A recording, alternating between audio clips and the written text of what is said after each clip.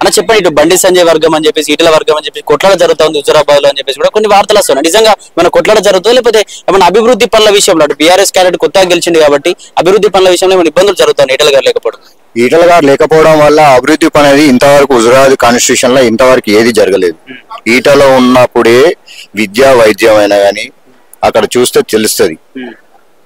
ఇంకొకటి, ఇప్పుడు ఈ అధిష్టానం ఏం చేస్తుందో ఏం చేస్తుందో అర్థమైతలేదు. అక్కడ ఇప్పటివరకు హుజురాబాద్ కాన్స్టిట్యూషన్ లో ఇంతవరకు బీజేపీకి అనేది క్యాడర్ చాలా తక్కువ ఉన్నది.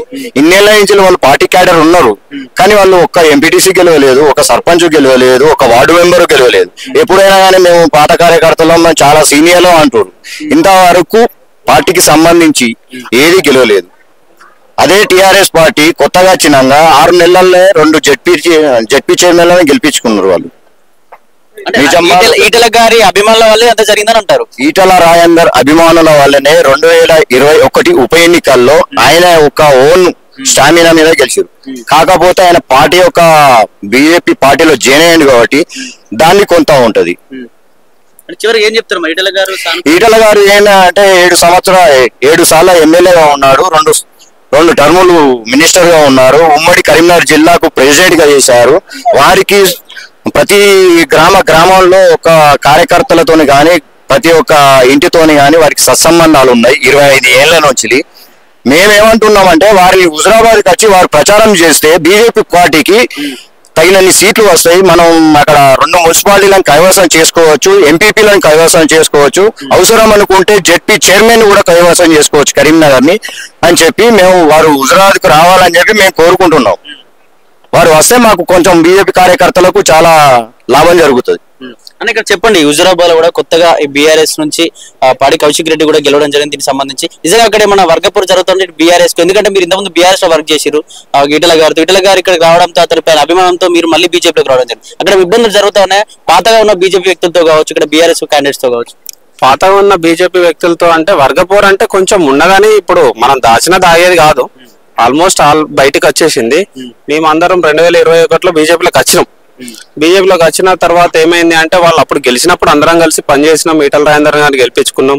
తర్వాత 2024లో 2 సార్లు సార్ 2 దిక్కుల పోటీ చేయడం జరగడం వల్ల మా ప్రజలు ఏమనుకున్నారు, సార్ ఎట్లా గజ్వేల్లో గెలుస్తున్నాడు, గెలిస్తే ఇక్కడ గెలిస్తే రాజీనామా చేసి పోతాడు అటే పోతాడు కాబట్టి మనం ఇంతలో ఈ కౌశిక్ రెడ్డి ఏం చేసిండు, కొంచెం జనాలని సెంటిమెంట్ గా మాట్లాడడం వల్ల జనాలందరూ దానివల్ల ఆలోచించడం జరిగిన తర్వాత అటు ఓట్లేసి ఆయనను గెలిపించిన తర్వాత ఇప్పుడు జనాలు కూడా మా ప్రజలు ఏమనుకుంటున్నారంటే మేము ఒక మంచి వ్యక్తిని కోల్పోయినాం అనే దానిలో ప్రజలు ఉన్నారు.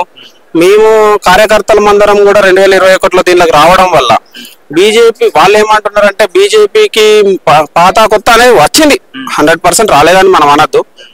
అధిష్టానానికి కూడా చెప్పేది ఏంటంటే కింది కార్యకర్తలు మాత్రమే, అవగాహన లేని కార్యకర్తలు మాత్రమే. పార్టీకి వర్గాలు ఎక్కడి అండి నన్ను అడిగితే? పార్టీకి వర్గాలు లేవు అసలు. పార్టీకి కోసం ఎందుకు వచ్చినాం మనం? సార్ని అమ్ముకొని వచ్చినాం, అట్లని దేశంలో మోదీ ఉన్నాడనే నమ్మకంతోనే వచ్చినాం.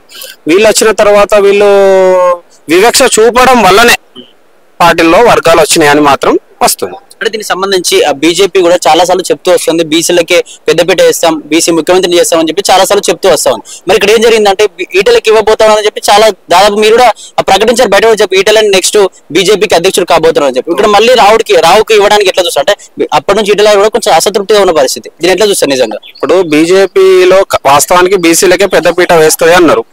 ఇప్పుడు మా పార్లమెంట్ పరిధిలో కానీ మా కాన్స్టిట్యున్సీ పరిధిలో కానీ 2 బీసీలే. మనం ఎవరిని ఏం విమర్శించేది కాదు, అది పెద్ద స్థాయి వాళ్ళది, అది మనం చిన్న స్థాయి కార్యకర్తలు మాత్రమే. కాకపోతే అది ఏం జరిగింది, ఆల్మోస్ట్ ఈటల రాజేందర్కే వచ్చింది అని మనం అనుకుంటున్నాం. వచ్చింది అనుకునే టైంలో మనకు సడన్ షాక్ అందరికి, మా కార్యకర్తలకైతే ఈటల రాజేందర్ కార్యకర్తలకైతే షాకే. ఎందుకంటే వచ్చింది ఇది మా కార్యకర్త, మాకే వచ్చింది, మాకే జరిగింది, ఇదంతా మాదే అని మేము అనుకునే టైంలో రామచంద్రరావు గారిని ఇచ్చారు. ఎవరిని ఇచ్చినా మేము పార్టీ బేస్ లో మా సార్ ఆదేశాల మేరకు ఎవరిని ఇచ్చినా మేము సార్ ఆదేశాల మేరకు మాత్రం పార్టీ కోసం పనిచేయడానికి రెడీ. ఇప్పుడు ఈటల గారు ఏం చెప్తాను, మీరు వచ్చి 100 కార్లతో ఎంతో మంది అభిమానులు ఇక్కడికి వచ్చారు, మాకు అభివృద్ధి పనులు ఇబ్బంది జరుగుతుంది రండి అని చెప్పి చెప్పడానికి వచ్చారు. మరి ఈటల గారు సానుకూలంగా స్పందించారా? మీతో ఏం చెప్తా ఉన్నారు మరి ఈటల గారు బీఆర్ఎస్ లో ఉన్నప్పటి నుంచే నేను ఇంత ముందు కూడా చెప్పిన, అన్న అంటే నేనున్నా అని అనే క్యారెక్టర్ మా ఈటల గారిది. మేము అందరం వచ్చినాం, సార్కు తెలియకుండా సడన్ సర్ప్రైజ్ ఇద్దామని వచ్చినాం. వచ్చిన తర్వాత సార్ అయితే వస్తా అని మాట ఇచ్చిండు. అది ఏంటి సార్ ఏమంటున్నాడు, హుజురాబాద్ నన్ను కన్నది, నేను దాన్ని వదులుకుంటానా, నా తల్లి లాంటి దాన్ని నేను వదులుకుంటానా అని చెప్పి సార్ మాట ఇచ్చేసిండు. నాకు వచ్చినందుకు సంతోషం అయితే ఉన్నా. మళ్ళీ పోటీ చేయబోతున్నా వాళ్ళు నెక్స్ట్ ఇప్పుడు వచ్చే అసెంబ్లీ ఎలక్షన్స్ లో మళ్ళీ వచ్చి హుజురాబాద్ నుంచి పోటీ చేసి ఎమ్మెల్యేగా గెలవబోతున్నా అనుకోవచ్చా? వీటిలకు వేరే ఆప్షన్ మేము ఇయ్యం కదా వేరే వాళ్ళకు. మీరు రావాలని ఇప్పుడు వచ్చింది ఎందుకు, 3 సంవత్సరాల ముందు వచ్చింది ఎందుకు, మీరు రావాలనే కదా మేము వచ్చింది. అందుకోసమని మాకు సార్ వచ్చినందుకు మా అభిమానానికి సార్ అయితే మాకు రిప్లై ఇవ్వడం జరిగింది. 2 దిక్కుల పోటీ చేయడం వల్లనే ఇది జరిగింది. వర్గాలు అనేది కూడా మీరు అన్నట్టు కింది స్థాయి కార్యకర్తలు, అవగాహన లేని కార్యకర్తలు, పర్ఫెక్ట్ పార్టీ లైన్ లో పోయే కార్యకర్తల వల్ల ఎటువంటి ఇబ్బంది లేదు. లైన్ తప్పిన వల్లనే ఇబ్బంది జరుగుతుంది. ఓకేనా, చెప్పండి ఎందుకు అసలు హుజురాబాద్ లో అసలు ఏం జరుగుతుంది? ఈటెల గారు మల్కాజ్గిరిలో గెలిచినప్పటి నుంచి హుజురాబాద్ పరిస్థితి ఏంది, అసలు అక్కడ ఏం జరుగుతుంది అంటే ఏం చెప్తారు? ఈటెల రాజేందర్ గారు తెలంగాణ ఉద్యమ సమయంలో టిఆర్ఎస్ పార్టీలో చేరి వ్యాపారవేత్తగా చేరి పార్టీకి ఎంతో సేవ చేసిండు. ఆయన అంచెలంచెలుగా ఎదుగుతూ పార్టీలో నెంబర్ 2గా ఉన్న వ్యక్తి. తను 7 సార్లు ఎమ్మెల్యేగా, 2 సార్లు రాష్ట్ర మంత్రిగా ఆయన ప్రజలకు, పేద ప్రజలకు, ముఖ్యంగా అధికార పార్టీలో ఉన్నప్పటికీ పేద ప్రజల కోసం తను పదవి పోతుందనే అటువంటి ఎలాంటి భయం లేకుండా కేసీఆర్ని ఎదిరించి పేదల కోసం, మున్సిపల్ వర్కర్ల కోసం కానీ వాళ్ళ సమ్మెలో పాల్గొని వాళ్ళకి సంఘీభావం తెలిపి వాళ్ళ ఉద్యోగాల పర్మనెంట్ కోసం కానీ మాట్లాడిన వ్యక్తి ఈటెల గారు. ఎంతో మంది ముఖ్యమంత్రులను ఎదిరించి మాట్లాడిన వ్యక్తి ఈటెల గారు. తెలంగాణ ఉద్యమంలో అతని పాత్ర చాలా కీలకమైనది. అలాంటి వ్యక్తి హుజురాబాద్ లో 2021 ఉప ఎన్నికలలో అత్యధిక మెజార్టీతో గెలిచిన తర్వాత రాష్ట్రంలో బీజేపీ పార్టీ అధికారంలో రావాలనే లక్ష్యంతో అన్ని జిల్లాలు సుడిగాలి పర్యటనలు చేస్తూ కార్యకర్తలను ఉత్తేజపరుస్తూ తను 2 సంవత్సరాల కాలాన్ని బీజేపీ ఎదుగుదల కోసం కృషి చేసి ఆ 2023లో వచ్చిన ఎన్నికల్లో 2 దిక్కుల పోటీ చేయడం వల్ల ప్రజల అభద్రతా భావం, కౌశిక్ రెడ్డి గారు రగిల్చిన సెంటిమెంట్, వాళ్ళ ఫ్యామిలీ గాని, బిడ్డ గాని, భార్య గాని వాళ్ళు కొంగు దాపడము, మా ఫాదర్ని గెలిపియండి లేకపోతే ఆయన రాజకీయంగా ఒక పిచ్చిలో ఉన్నాడు, గెలవకపోతే చనిపోయే ప్రమాదం ఉన్నది అని వాళ్ళు సీన్ క్రియేట్ చేయడం వల్ల ఈటెల గారిని ఓడించి ప్రజలు అతనికి స్వల్ప మెజార్టీ ఇవ్వడం జరిగింది. అప్పటి నుంచి కూడా ఈటెల రాజేందర్ గారు మా కాన్స్టిట్యున్సీలో తను చేసే కార్యక్రమాలు చేస్తూ మల్కాజ్గిరిలో తను బంపర్ మెజార్టీతో గెలిచి ఈ బీజేపీకి ఊపును తీసుకొచ్చిన వ్యక్తి. బండి సంజయ్ గారు కూడా బీజేపీకి ఊపును తీసుకొచ్చిన వ్యక్తి. తను రాష్ట్ర అధ్యక్షునిగా ఉంటూ, ఎంపీగా ఉంటూ, 2వ సారి ఎంపీగా గెలిచి కేంద్ర సహాయ మంత్రిగా హోంశాఖ వారు విధులు నిర్వహిస్తూ పార్టీ ఇక్కడ ఈ రాష్ట్రంలో ఎదుగుదల కోసం పనిచేస్తున్న వ్యక్తి. ఆయన దగ్గర ఉన్న కొద్ది మంది ఈ చెప్పుడు మాటలు చెప్పే వాళ్ళ ద్వారా ఏమైతుందంటే తను ఏదో జరుగుతుంది నియోజకవర్గంలో, ఈటల వాళ్ళ అనుచరులు మా అనుచరులను ఏమన్నా అజమాయిషీ చేసేటట్టు ఉంటుందో ఏమో అనే ఉద్దేశంతో కొంచెం ఇప్పుడు వచ్చిన ఈ గ్యాప్ను వాళ్ళ అధిష్టానం సవరణ చేసి వీరిద్దరిని గనక స్థానిక సంస్థల ఎన్నికలకు కలయికగా తోలితే అన్ని దాదాపుగా ఉన్న స్థానాలలో ఈ కరీంనగర్ పార్లమెంట్ పరిధిలో అత్యధిక స్థానాలు పక్కా గెలుస్తుంది బీజేపీ. కాబట్టి వారిని మేము మా కాన్స్టిట్యున్సీ హుజురాబాద్ కు ఈటెల రాజేందర్ గారిని రమ్మనడం జరిగింది. వారి కోసం మేము ఇక్కడ నిరసన తెలిపినాం. ఈ రోజు వారి గృహంలో వారికి చెప్పకుండా మా జేబులకి వెళ్ళి మనిషికి ఒక 1000-1200 రూపాయలు ఖర్చు పెట్టుకొని మేము రావడం జరిగింది.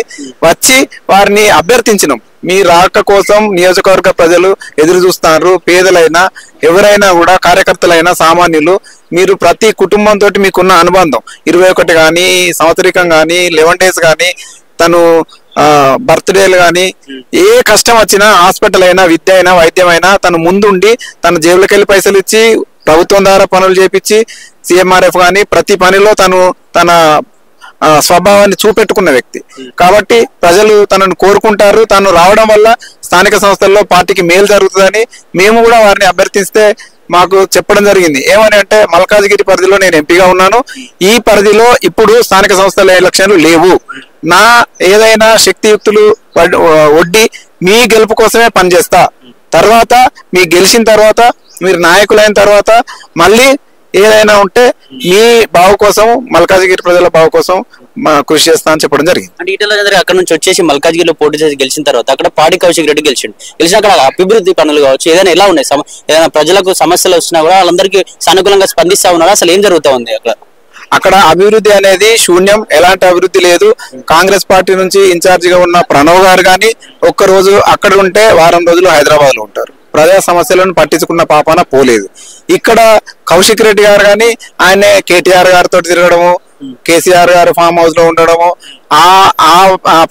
ప్రజల సమస్యలను గాలికి వదిలేసి తన వ్యక్తిగత పనుల పైన తిరగడము, బ్లాక్ మెయిల్ రాజకీయాలు చేయడము, ఇవే జరుగుతున్నాయి తప్ప ప్రజలకు జరిగిన అభివృద్ధి శూన్యం.